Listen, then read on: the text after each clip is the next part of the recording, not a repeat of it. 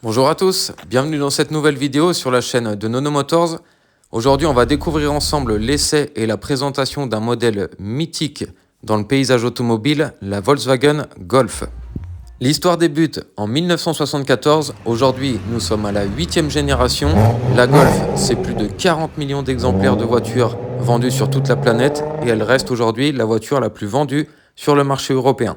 Avec plus de 50 ans de carrière, on a une diversité de modèles qui est très intéressante. Du coup, on va prendre le temps pour chacune des générations de découvrir quel a été le modèle emblématique, l'innovation, etc.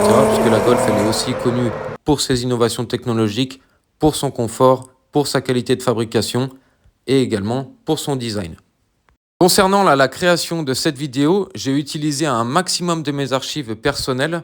Donc je vous demanderai s'il vous plaît d'être indulgent au niveau de la qualité des vidéos. Des fois, par rapport à l'enregistrement ou à la résolution qui ne sera pas super nette, il y a des enregistrements qui datent d'il y a plus de 10 ans. Mais en tout cas, c'était un plaisir pour moi de vous monter cette vidéo et de vous faire partager donc l'expérience sur les Golf et l'histoire de cette fantastique voiture.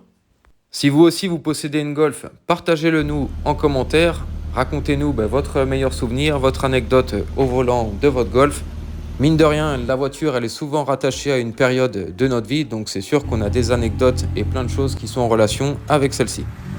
Et vous, chers abonnés, quelle est votre Golf favorite? Est-ce que vous êtes plutôt diesel, essence, gros moteur puissante, juste Golf standard pour le tous les jours? Faites-le nous savoir.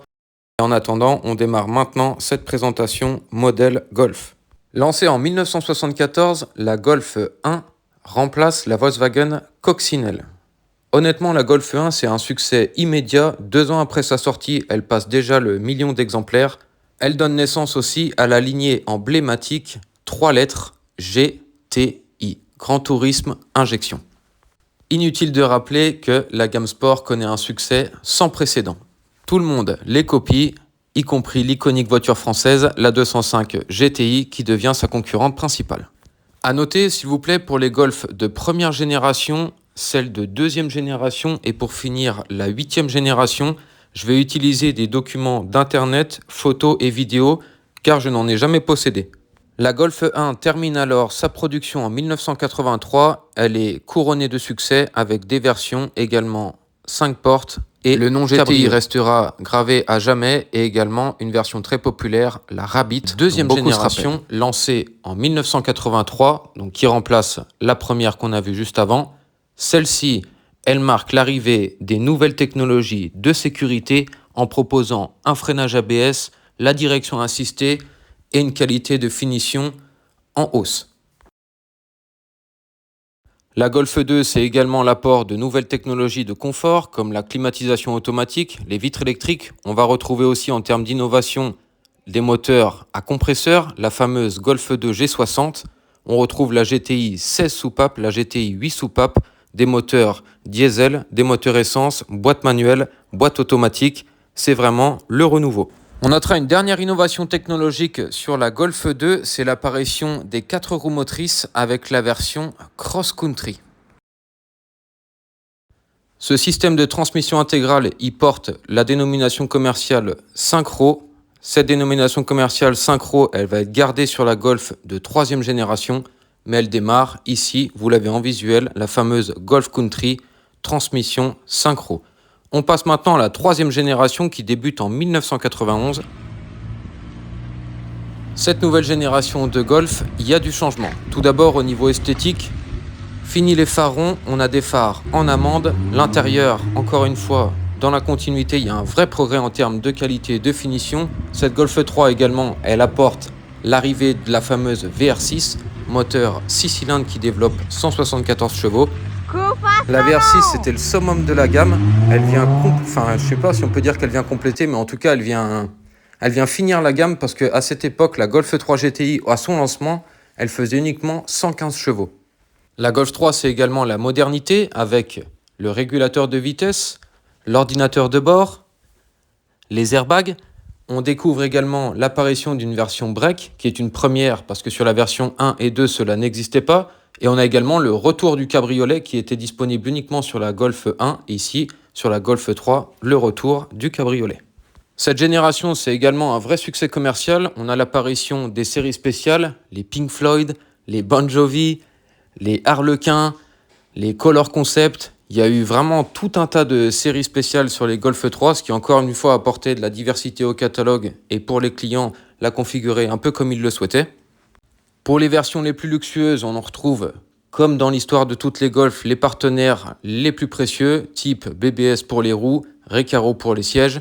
Du coup, on a toujours eu dans les Golf le top du top de ce qui se faisait pour le moment. La Golf 3, elle vient terminer sa carrière en 1997.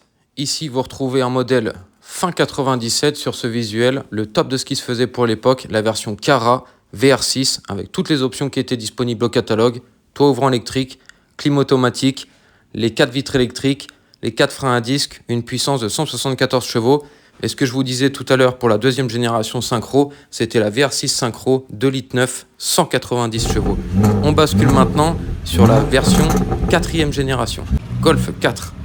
Un monument pour toutes les personnes de la génération 90. Franchement, cette voiture, c'était vraiment une icône pour nous.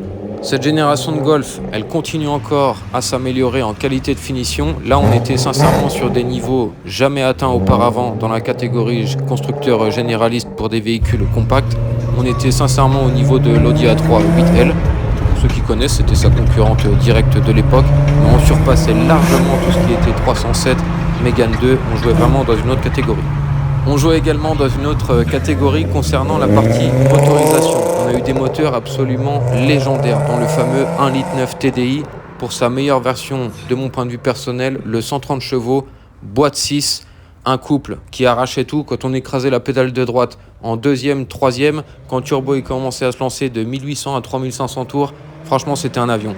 Anecdote personnelle, j'ai eu cette voiture quand je venais d'avoir le permis, j'avais l'impression que je conduisais une Bugatti Chiron, sincèrement. Bon, la meilleure des Golf 4, c'est celle que vous avez ici, Golf 4 R32.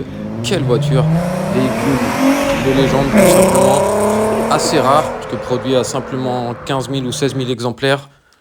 On a eu des versions mythiques aussi, comme la Golf 4 V6, alors elle s'appelait plus V6, mais elle gardait quand même le moteur VR6, ça devenait un 24 soupapes, il développait 204 chevaux, et après on a eu des versions donc plus standards, comme la version Match, la version Comfortline et les versions standards, les SDI. La SDI, elle est super fiable. En essence, c'était que des atmosphériques. En diesel, pareil, c'était que des atmosphériques. Ici, là, vous avez une version en visuel 68 chevaux, diesel, atmosphérique, SDI. Ça, c'était une version GTI TDI. C'était ma première Golf. Donc ça développait 130 chevaux. Ça existait aussi en 150 chevaux. Il y a eu le 1,9 litre TDI 115 qui était réputé assez fragile. Et il y avait le 1,9 litre TDI 100. Là, vous avez donc la Golf 4 R32 qui était le summum de la gamme, 3 portes ouvrant. Ici, la série spéciale, l'intérieur de la Match 2. En comparaison, une autre photo qui arrive avec l'intérieur de la SDI. On note donc les compteurs sont différents, les inserts sont différents. Ici, les plus belles jantes de la gamme, les OZ Aristo en 18 pouces. Là, la couleur bleu océan. On avait un max de couleurs aussi disponibles sur les Golf 4. On avait du rouge, on avait du blanc. Le blanc d'ailleurs est assez rare, bien sûr du gris, du noir, du bleu. On va noter également des coloris intérieurs qui vont être plus joyeux. Autre chose que des intérieurs tout noirs. Ici donc la Golf 4 V6, 4Motion, 4 roues motrices, avec un intérieur cuir crème et les inserts ronces de noyer. Ça c'était typique des versions GTI et des versions. La R32 elle est complètement différente, elle, avec un intérieur où les sièges sont différents, les appuis-têtes sont différents, les inserts sur le tableau de bord sont différents, les aérateurs sont différents, le tableau de bord en lui-même est différent, les compteurs sont différents, le pommeau de vide, tout est différent sur la Golf 4 R32. Différence majeure dans la lignée des Golf, l'arrivée de la 5e génération. L'arrivée de la 5e génération en 2003, elle provoque un vrai chamboulement parce que, franchement, tout change. Et elle vient surtout remplacer donc l'iconique Golf 4 qui, elle, a marqué une génération. La Golf 5, elle a un vrai coup de crayon qui est différent. Elle modernise complètement la gamme. Et vous remarquez que la Golf 1 et 2 ont une continuité. La Golf 3 et 4 ont une continuité. Et la Golf 5 et 6 ont également une continuité. On le verra sur la génération suivante. La Golf 5, c'est également l'arrivée d'un nouveau châssis, d'une nouvelle plateforme en nette évolution par rapport aux générations 3 et 4. Ici, on a une vraie voiture sécuritaire et on retrouve encore une fois l'ergonomie améliorée qu'on va retrouver là dans les Golf actuels. La Golf 5, c'est également le développement de la boîte DSG. la fameuse boîte automatique à double embrayage. La DSG, elle fait son apparition sur la Golf 4 R32 en 2003 pour clôturer la version Golf 4, mais son vrai développement, il arrive sur la Golf 5. Vous avez donc des boîtes DSG 6 et des boîtes DSG 7 avec 7 vitesses. Du coup, vous avez sur un disque les vitesses 1, 3, 5, 7 et sur l'autre disque les vitesses 2, La Golf 5, 4, comme 6. ses ancêtres, c'est également une large disponibilité de différents modèles. Il y en a pour tous les goûts. On retrouvait des versions diesel, 4 roues motrices, turbo, boîte automatique, 7 vitesses. On pouvait également retrouver des versions essence V6 avec le top de la gamme qui était la R32, là que vous avez vu au tout départ, qui développait 250 chevaux. Celle-ci, elle a été beaucoup plus produite que la Golf 4, elle est beaucoup moins rare. Et on retrouvait également donc des versions basiques, comme vous avez ici la version Trendline, mais qui était déjà super bien équipée. Encore une fois, on retrouvait la sécurité et l'ergonomie qui sont proches des voitures aujourd'hui, surtout en termes de tenue de route et de freinage.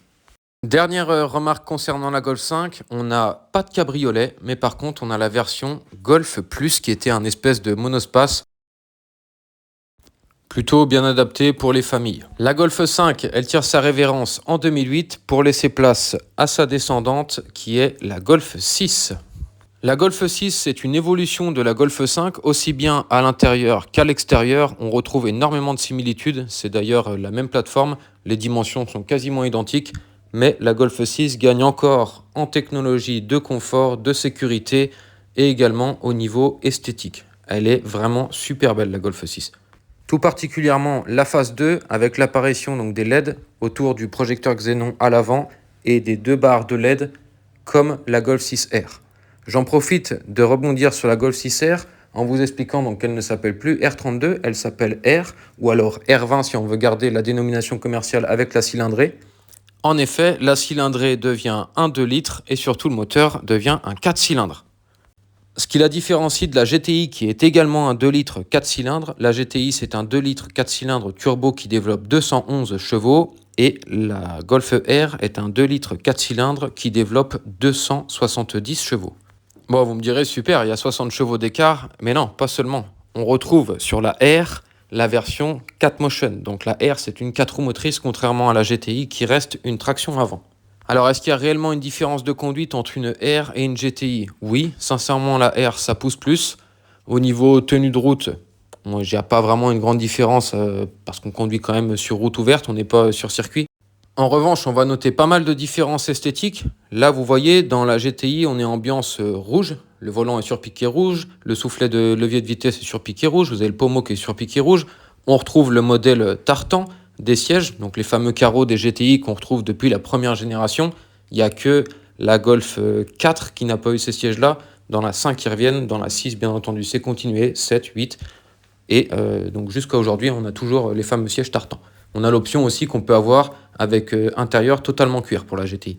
Vous avez ici un visuel de l'intérieur cuir. On note également sur la Golf 6 l'apparition de l'équipementier audio d'InAudio. Donc ça, c'était le système Pack-Hi-Fi. Vous le retrouvez ici.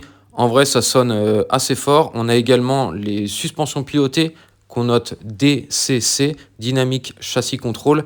Vraiment, la Golf 6, il y a une évolution par rapport à la Golf 5. C'est plus en matière de technologie et d'équipement. C'est une vraie mise à jour de la 5. On note l'existence de la version GTD, donc la GTI diesel. C'était assez à la mode il y a 10 ans. D'ailleurs, la GTD, ça existe toujours, ça existe depuis fort longtemps. On avait déjà ça sur les Golf 2 pour les anciens, les vrais connaisseurs de Golf. Donc GTD, après on a toutes les versions standard, Trendline, Comfortline. On a la Cara qui était superbe en version 6, avec l'intérieur en Alcantara. Pareil, je vous mets un visuel maintenant. Cara standard, intérieur Alcantara, là, comme vous avez ici. Et il existait également la Cara Edition avec l'intérieur tout cuir. C'était ça le top de la version. Concernant cette Golf 6, j'en ai une aujourd'hui. Donc c'est la Golf 6 rouge que vous avez ici. Donc on va pousser un peu plus l'essai concernant cette Golf et découvrir donc qu'est-ce que ça vaut aujourd'hui une Golf 6 qui est un véhicule qui a été produit entre 2008 et 2012. Donc il y a plus de 10 ans maintenant. Sur le marché de l'occasion, à 200 000 km, est-ce que c'est bien comme voiture de tous les jours? Est-ce que c'est intéressant comme véhicule jeune conducteur? Voilà, ça c'est l'ensemble des questions qu'on va répondre maintenant. Première chose, en termes de fiabilité, la Golf 6, elle a eu pas mal de problèmes, pour être assez honnête. Des problèmes de chaîne sur les Golf GTI, des problèmes de boîte de vitesse sur les versions DSG. On a eu également des problèmes sur les moteurs diesel, des moteurs qui s'encrassaient, problèmes de FAP, EGR, turbo, etc. Donc au niveau fiabilité, je vous dirais à bien vérifier l'entretien. Regardez que la majorité des maladies ont déjà été réparées, ou les problèmes résolus. Afin de contrebalancer les défauts, on notera les qualités de la Golf 6 qui sont à l'utilisation quotidienne exceptionnelles. Tout d'abord, le confort, la praticité, l'économie, parce que cette version-là, là que vous avez, la rouge, c'est une 1,4 litre TSI 122 DSG7. C'est un moteur qui consomme 7,4 litres au 100 en ville, en vraie ville. Pour rappel, là, je suis en Australie, dans la ville de Perth, donc c'est une grosse ville, et 7,4 litres de consommation réelle, avec une essence. À l'entretien et à l'assurance, c'est également un véhicule économique dans ses versions standards, comme on a ici. Donc ça peut être aussi en version diesel. Vous aviez la 1,6 litre TDI 105, celle-ci a regardé les injecteurs, mais sinon, grosso modo, ça reste une voiture fiable. Et vous aviez donc la TSI 160, qui est l'évolution de ce moteur, qui est toujours un 1,4 litre, qui reste très économique au quotidien. Et si vous privilégiez les versions Trendline ou Comfortline, on n'a pas des roues qui sont immenses. Les Trendline, là, celle-ci, elle a l'option jante alu en 15 pouces. Donc on a des petits trous en 15 pouces qui lui donnent un look assez joli, tout en profitant de pneus qui sont pas chers. Dans cette version Trendline, malgré tout, même si c'était une entrée de gamme ou une bas de gamme, on peut dire vulgairement, les Volkswagen sont quand même relativement bien équipés. Vous avez déjà les 4 vitres électriques, climatisation manuelle, radio CD et régulateur de vitesse. On note bien sûr que tous les équipements de sécurité, airbag, ABS, ESP, ça c'est disponible, quelles que soient les versions. La sécurité, on ne plaisante pas. Si vous souhaitez le volant multifonction qui est quand même pratique au quotidien, les radars de stationnement qui est également une excellente équipement au quotidien, ça vous le retrouvez dans la version Comfortline ou alors comme celle-ci en Trendline mais en option. Celle-ci a les radars de recul en option, les jantes alliage là comme dit précédemment et également les commandes au volant. Concernant les jeunes conducteurs, donc les versions ça va de 5 chevaux fiscaux à 17 chevaux fiscaux, c'est la R32 qui fait 17 chevaux fiscaux. Il y a, en termes de coûts sur le marché de l'occasion, grosso modo, les prix, ça va varier entre 4 000 pour vraiment les tout premiers prix, peut-être avec des frais mécaniques à effectuer. Grosso modo, vous pouvez trouver quelque chose de propre pour 5 000 euros en commençant, avec environ 200 000 km, et les plus chers, ça ira jusqu'à 25 000 euros pour les plus belles versions. Le modèle que vous avez ici sous les yeux, c'est une voiture que j'ai achetée 4 000. Elle avait 206 000 km quand je l'ai achetée, double de clé, tout l'entretien complet. En frais à effectuer, j'ai eu les disques et plaquettes arrière, ainsi que la vidange moteur et également 2 pneus. Mis à part ça, excellent achat. De par son état général, les équipements qu'elle présente et également son suivi d'historique complet, c'est une voiture, ça, après utilisation, que je vais pouvoir revendre soit avec un bénéfice, soit sinon en lui avoir mis 10 000, 20 000 km de plus, et la revendre au même prix. Avantageux aussi avec les Golf, c'est que vous pouvez rouler intelligemment et économiquement, si on peut dire, puisque si vous l'achetez bien, dans tous les cas, c'est un véhicule avec gros potentiel à la revente qui va se revendre facilement et rapidement si vous êtes au bon prix. Je vous livre ici une autre anecdote personnelle. Mon vrai métier, c'est marchand. Donc j'achète et je vends des voitures. J'en ai eu plus d'une centaine. Les Golf, quasiment une vingtaine. Et je vous confirme que la Golf 6, c'est vraiment un produit si vous êtes marchand ou si vous recherchez à faire des bénéfices avec les voitures, qui est un très bon produit. Encore une fois, forte demande, gros potentiel de revente, un look plutôt joli pour une voiture qui a passé les 10 ans, des prix attractifs et une grosse attractivité auprès des jeunes. Quand vous la vendez, ce qu'il faut mettre en avant, c'est la technologie, le confort d'utilisation, également la sécurité, parce que malgré tout, c'est quand même une voiture qui est fortement bien construite. À cette époque, Volkswagen, il rechignait pas sur la qualité. Et pareil, franchement, on a une qualité de finition au niveau des plastiques, au niveau des joints autour de portes. Quand on ferme les portes et à la conduite, celle-ci, là, vous voyez au compteur, là, 210 000 affichés quasiment, elle n'a pas un bruit de vibration ou quoi que ce soit. C'est vraiment le top du top. En équipement optionnel, rajouté plus tard, elle a cette radio qu'on retrouve ici. C'est une radio d'origine de Golf 7, donc avec l'écran tactile, le CarPlay et le Bluetooth. On termine cette présentation de Golf 6 par la conclusion. Vraiment excellent produit, toujours d'actualité, même si elle a plus de 10 ans. On est maintenant en 2012 et est lancée la 7e génération de Golf. Donc cette génération de Golf, elle a la phase 1 et la phase 2 qu'on nommera communément 7.5 ou 7,5 qui arrive en 2017. La Golf 7, c'est une nouvelle plateforme, c'est une nouvelle voiture, elle n'a plus rien à voir avec la Golf 5 et 6. Au niveau du design, on retrouve les traits communs de chacune des Golf continuant les générations. On retrouve la caractéristique typique des Golf 5 portes, c'est le C entre la porte arrière et le haillon. Vous avez donc de chacun des deux côtés de la carrosserie, ça c'est gardé. Mais surtout, avec la Golf 7, on note l'apparition de nouvelles versions, les versions e-Golf, donc Golf électrique, et Golf GTE, qui était la version hybride de la Golf. On notera également la disparition du cabriolet sur la Golf 7. La Golf 6, on a eu un cabriolet. La Golf 5, il n'y a pas eu de cabriolet. Mais la Golf 7, on conserve les versions SW qui se vendent relativement bien. Pareil que la Golf 6, la version SW se vendait relativement bien. Grosse demande pour les sociétés. On a également la Golf 7 Société, version 2 places, carte grise, véhicule utilitaire. Dernière carrosserie pour cette génération 7, la Golf Sportsvan. Vous vous souvenez plus précédemment, je vous ai parlé de la Golf 5 pour la version Golf Plus. Et bien la Sportsvan, c'est la nouvelle Golf Plus. C'est également donc un petit monospace qu'on peut comparer à un Citroën Picasso ou un Renault Modus ou un petit Scénic, quelque chose comme ça. Un produit qui est plutôt apprécié pour les familles et également les seniors avec une position de conduite plus haute et une facilité d'accès et de descente du véhicule. La Golf 7, c'est aussi un modèle qui a marqué sa génération avec la fameuse 7R. Voilà, tous les jeunes parlent des Golf 7R, la 7R.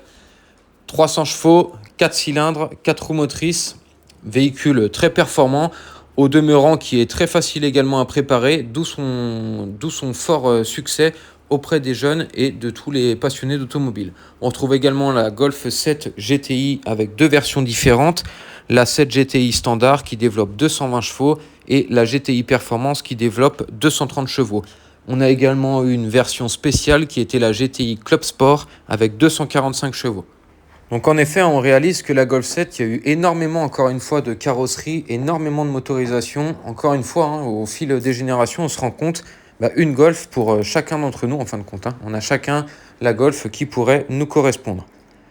Ici, là, vous avez un visuel d'une Golf 7 Cara de 2013, qui était le top de la catégorie à l'époque où elle est sortie pour la Golf 7. Celle-ci, pour ceux qui ont acheté la Golf 7 neuve, vous noterez que sur la revue... Vous savez, quand on allait en concession, avant, on avait des catalogues, c'était pas tout digital comme maintenant. La revue de la Golf 7, c'était exactement cette configuration-là, avec le gris tungstène et l'intérieur Carcoal, marron. La Golf 7, c'est aussi un avancement technologique avec l'arrivée du Park Assist, avec l'arrivée du démarrage main libre sans clé, l'ouverture également main libre sans clé, et le régulateur adaptatif, donc qui va freiner tout seul. Encore une fois, là, elle démarre en 2012. Elle vient se terminer, si je ne vous dis pas de bêtises, en 2019 ou 2020. Donc, on est sur des véhicules modernes. On a les dernières technologies. Ici, là, la version que vous avez, la petite noire, là, c'est une 7,5. Sur la 7,5, il était aussi possible d'avoir, comme les Audi A3 et RS3, le Virtual Cockpit. Donc, la version là, que j'avais là, c'était une Cara également, mais une Cara de base.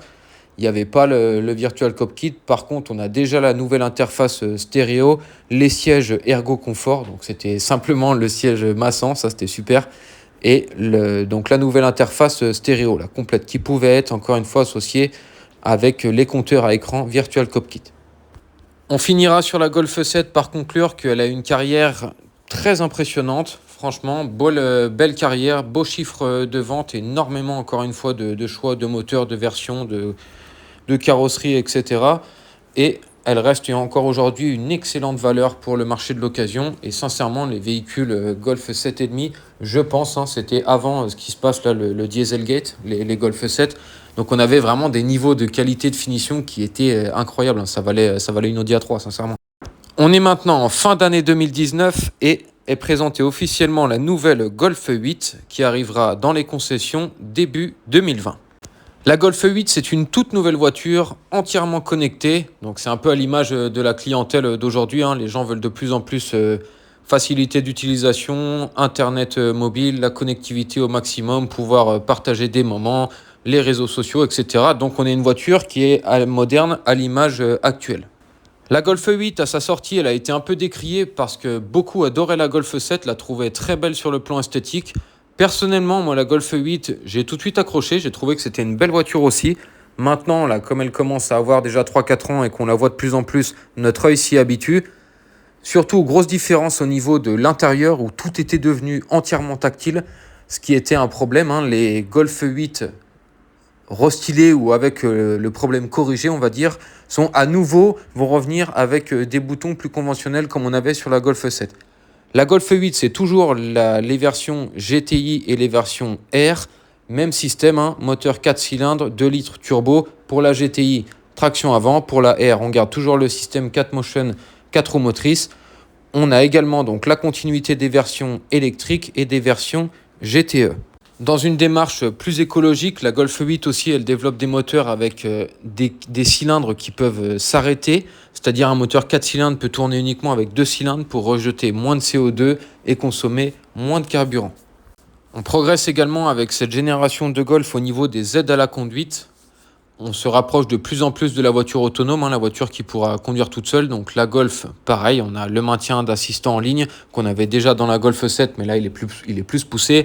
On a le régulateur adaptatif également, des capteurs absolument partout et beaucoup d'assistance au niveau donc, du freinage, des évitements.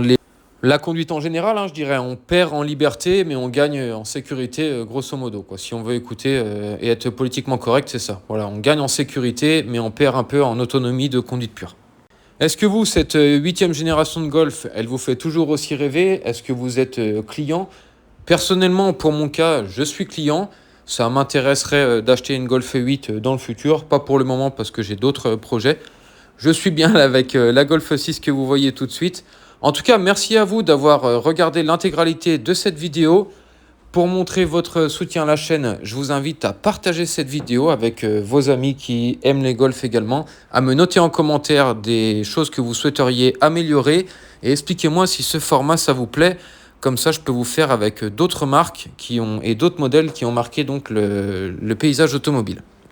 On se retrouve pour une prochaine vidéo sous peu. L'objectif de cette année, c'est de faire au minimum une vidéo par mois. Alors je vous dis à bientôt, prenez soin de vous et continuez d'être passionné d'auto sur la chaîne de Nono Motors. Merci.